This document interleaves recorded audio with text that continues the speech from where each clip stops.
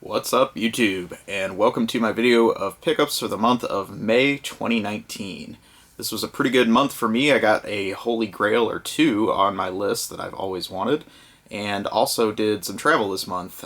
Went to Arkansas, Tennessee, go to both of those pretty frequently, but what I did was a little bit more exploration into Mississippi. I hadn't really been too far south of the state line before, so got to explore a little bit there, do some game hunting in that state, and definitely found some different stuff in the South that I don't typically find in the Midwest here. But overall, a very good month compared to the last couple, and let's go ahead and get started. So the very first thing I got is some Sega Master System stuff, and the very first one I want to show is something that is a great workaround for the Sega 3D glasses for the Sega Master System. The original Master System 3D glasses, unfortunately, were designed only for kid-size heads. So typically when you find them today, they're either not going to fit your head if you're an adult, or the arms have already been snapped off from somebody else who tried it. So there is a great workaround if you do want to play the limited amount of 3D games for the Master System. You do still need the 3D adapter, which the original Sega glasses required as well. This plugs into the HuCard-like slot, Sega My Card, I think that was what they're called, on the Sega Master System. So you do need an original Master System, or at least one of the power-based converters that still has this input slot. You do still need this device, but what you can buy is some vintage active shutter wired glasses that work with this and are adult size. So I'll show you. They're not very flattering by any means, but this is the Asus VR100 3D glasses, and they have active shutters that flicker every nanosecond or whatever, which is what enables you to be able to see the image on the screen. Why you need these particular glasses or something of this era, which is from like late 90s, early 2000s, is these are wired and can be plugged directly into the Master System 3D adapter. So it has the same setup with this like headphone jack type setup, where you can plug it directly into that. Like I said, they're much more comfortable than the official Sega Master System glasses, and this enables you to play the 3D library. So that's another thing I've been chasing. I actually have a few of the 3D games coming in the mail, along with the 5 or 6 I already had that I tested out this month. But having a lot of fun with those. There's some that didn't really take advantage of the effect to the full potential, but one game I can highly recommend if you go down this path is Maze Hunter 3D. A very, very cool game that really gives you a sense of depth that is unlike pretty much anything else that you could have played during the 80s. So very fun experience and very unique for the system. Unfortunately, 3D glasses did not really take off, so not a lot of people have played these games. But this is one workaround to play it with an adult-sized head. So very much a fan of that.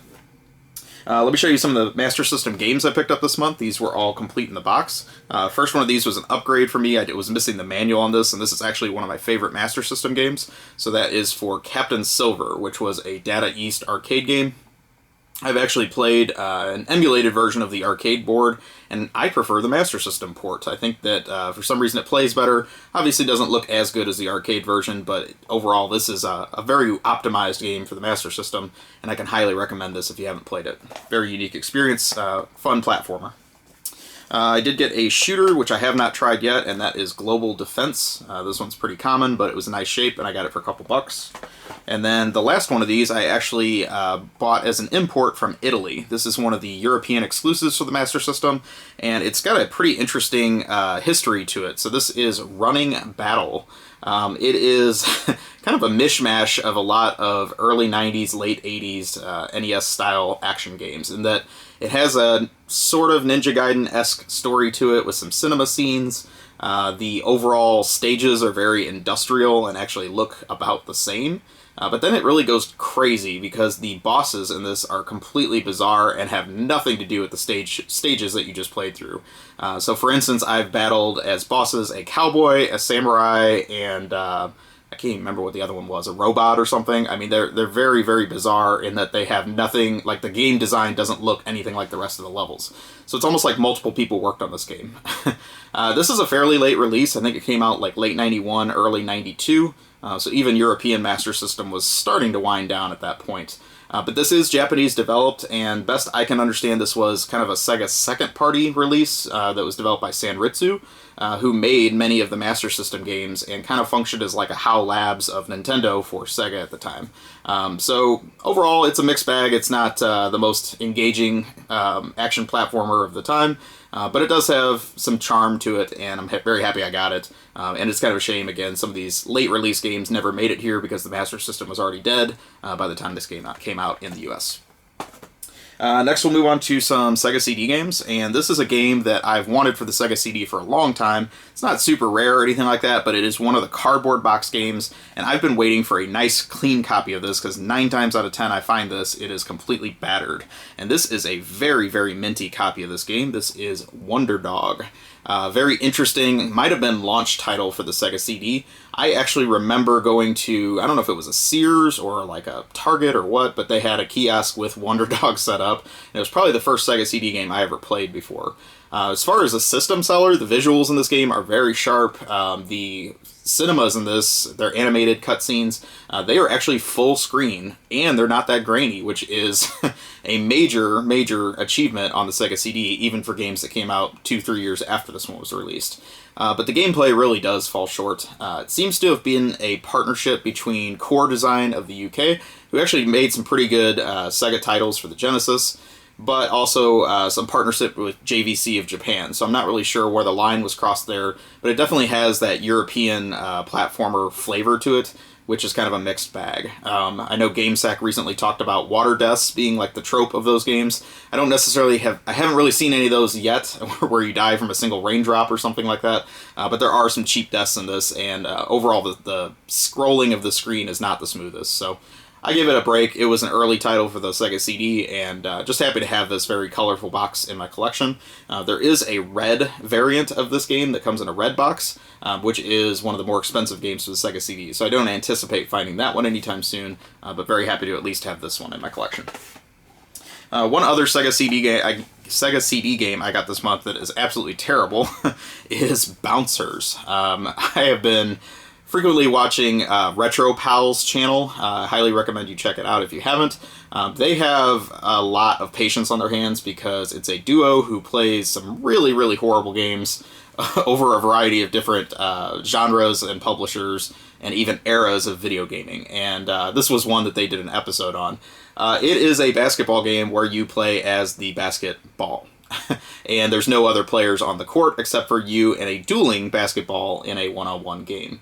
It has very odd characters that they created for it, different balls, I guess you could say. There's like 10 of them in the game, and each of them has their own cutscene cinema that you can watch in addition to the horrible hit detection gameplay of the main game. Some of those cinemas is really why RetroPals feature this game, because they're so laughably bad. I don't know what they were thinking when they made this game, but definitely not a highlight of the Sega CD library, unless you just really want to check out some of the bad FMV that is featured in this title. I actually got some PS1 games this month, and that's pretty unusual because I've been striking nothing on PS1 for a while. It seems like the prices and that stuff have really spiked, and I'm really getting to a point where I have just about everything I want for the system. One thing, though, that was a holy grail that I didn't even know was something that was a holy grail until recently is the final piece of my Black Label jewel case variant set of the big box titles. I have already made a video about that. It's actually been one of my more popular videos, so if you haven't, I would encourage you to check it out. And I thought I had the complete set when I made that video, but a commenter corrected me and said there is another variant of one of the variants in this set. So what I mean by that is the game I'm going to talk about is Battle Arena Toshinden. Obviously it has a big box release, but now let's talk about the variants. So I'll show you the two more common versions and then the super rare version that I didn't even realize existed until he tipped me off. I was lucky enough to find it in a game store and didn't have to pay that much for it, which was cool. So this is probably the most common of the jewel case variants, and what you notice about this one is it says not for resale in a little black bar, or little bar on the manual. This, my understanding, was like a pack-in release for some of the earlier PS1 systems once they started to switch to jewel cases. So this one, very easy to find. Nothing unique about the disc or the rest of the case other than that just little bar in the manual that says not for resale. So that's a common one. Then we have another version, a little bit less common. My understanding on this one is they probably had a surplus of these left, of the not-for-resale ones, so they thought, what can we do to actually sell some of that inventory? The handy thing about that not-for-resale version is it still had a barcode on the back of the case, so they didn't have to change anything on the back. But what they did do is, over the not-for-resale that was on the manual, they stuck a little sticker that says 1 or 2 players, and it is on the manual cover, not the case. So this is yet another version of the game. What I did not realize existed until I got tipped off, so now I'm considering my set complete, is there is a full, unadulterated retail version of the game as well. So I can kind of do a side-by-side here so you can see the sticker. This one, the manual has no markings on it whatsoever, still has the full barcode on the back, and my understanding is this must have been a full retail release of the game that otherwise is the same as the other 2 versions. So I don't know how rare this truly is, but what I can tell you is looking at past eBay listings, I haven't even seen a single copy of this sell, so I have no idea what this would even value out at. But I do know that now this very, very long quest to get that set of 65 or whatever it was games, I can call complete with this last variant of a big box game. So very happy to get that in the collection. Next up is a PS1 game that I probably had seen in dollar bins for years and just passed right by it. Now all of a sudden it's spiked up, and for probably interesting reason. This is Disruptor, and I believe it's a first-person action game. I don't know if it's a first-person shooter necessarily. But what this game is starting to go up in price in is this was the first release by the developer Insomniac, who is still going strong today, and obviously created all the Spyro games for the PS1. So probably not something I'm going to play, but I found it at a decent price, not the going rate, so I decided I better add this to my collection before it continues to go up, just due to the Insomniac connection. And then the final thing I got for PS1 is one I've wanted for a long time for the system, but I kind of waited on it because I already had it for the Sega Saturn, and that is Hercules Adventures. This is a very cool LucasArts overhead action game. Kind of feels like Zombies Ate My Neighbors in a way, but with a Hercules Greek theme to it. Very underrated game, and this is a very condition-sensitive game in that a bunch of kids must have bought these and then completely trashed them. So even this one is not perfect by any means, but it is far better than some of the copies I've seen out there and passed on that especially were selling at a premium price. So happy to get this in my collection on the PS1. Now I kind of want to do a side-by-side comparison on this versus the Saturn version. Saturn typically has better 2D, and we'll see if this one is the case. But it does have some 3D in it too, so maybe the PS1 version is decent. So happy to get that in the collection. And I do kind of like, I'm not a Star Wars fan at all, but I do like some of those LucasArts games that were non-Star Wars related. They actually had some pretty creative ideas, that being one of them. Next, let's talk some Nintendo titles. So I got a DS game that I've been wanting for a while, and that is Black Sigil, Blade of the Exiled. This developer or publisher, Graffiti Entertainment, must have been pretty fly-by-night. It seems like all their releases are being discovered now as being pretty rare, this being one of the more expensive DS games out there, but there are actually some other Graffiti Entertainment games that go for even more than this one. So if you happen to see that little logo in a store, you might want to take a look, a little closer look, and maybe it's worth picking up, just due to it being a kind of obscure publisher that everyone, collector-wise, seems to have discovered now. Next, I'll talk about some Wii games. First one of these is one that I have a new sealed copy with the pack-in gun attachments for, and I just have never felt like opening it, even though I don't really collect sealed games. So this is Gunslingers. It is one of the light gun style games for the Wii, and I'm actually looking forward to checking this out. I'm probably going to keep this copy just to have one I can play, and then I'll leave that other one sealed because it makes a neat display with the pack-in guns and the big box that it came in. So happy to get this. My understanding is this is a French-developed game. I don't remember the developer title. It's not Valcom, which is the publisher, but it looks to be pretty good just from watching a couple videos of it, so we'll see. Next is one of the Maximum Racing subset games for the Wii, and that is Maximum Racing Games Super Karts, not to be confused with Kart Racer, which is another one of the very generic titles of games that they had out there.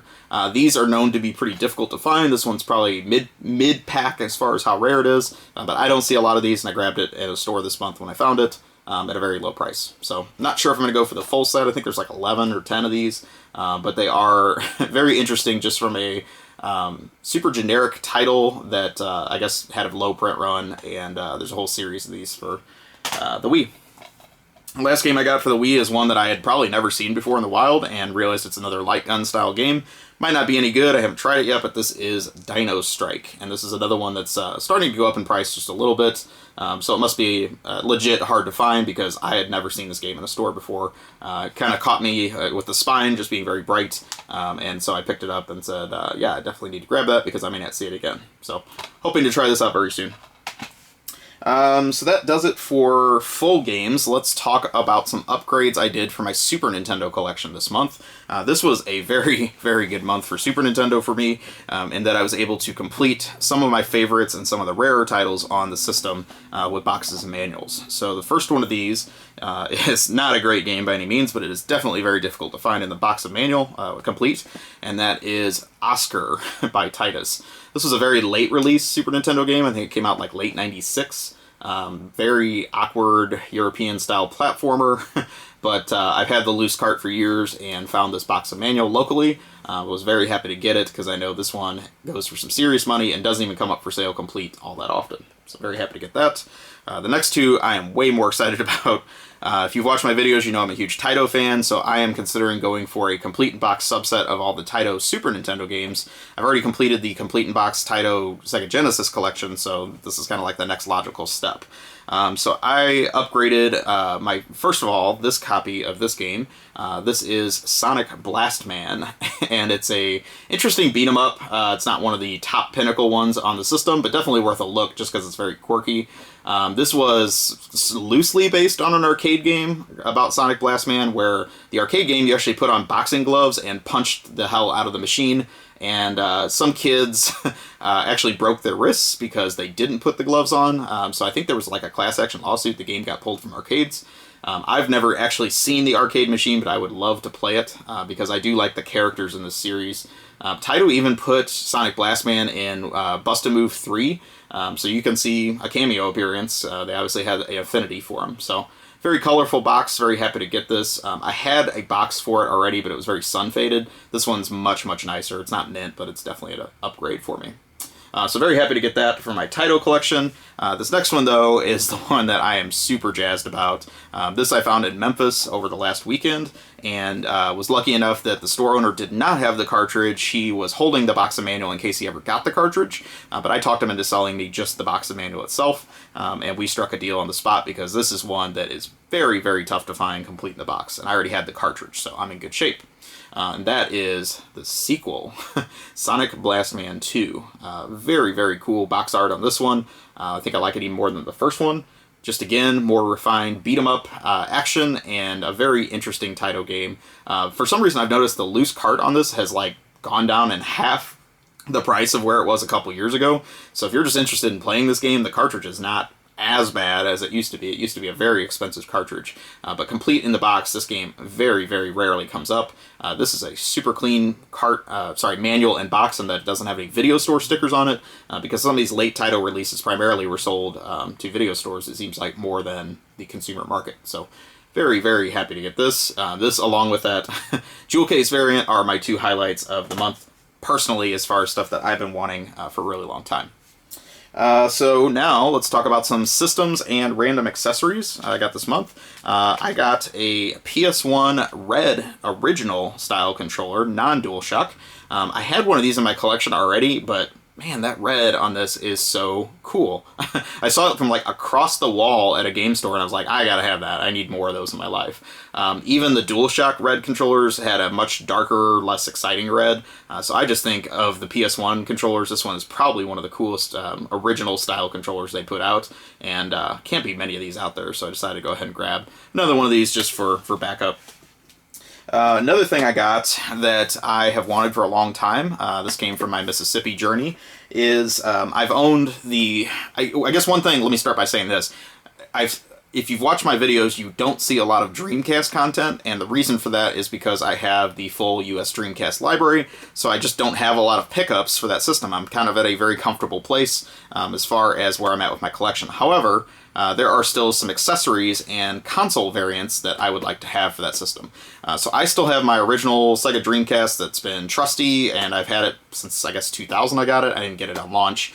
and it served me very well. I still use it to this day.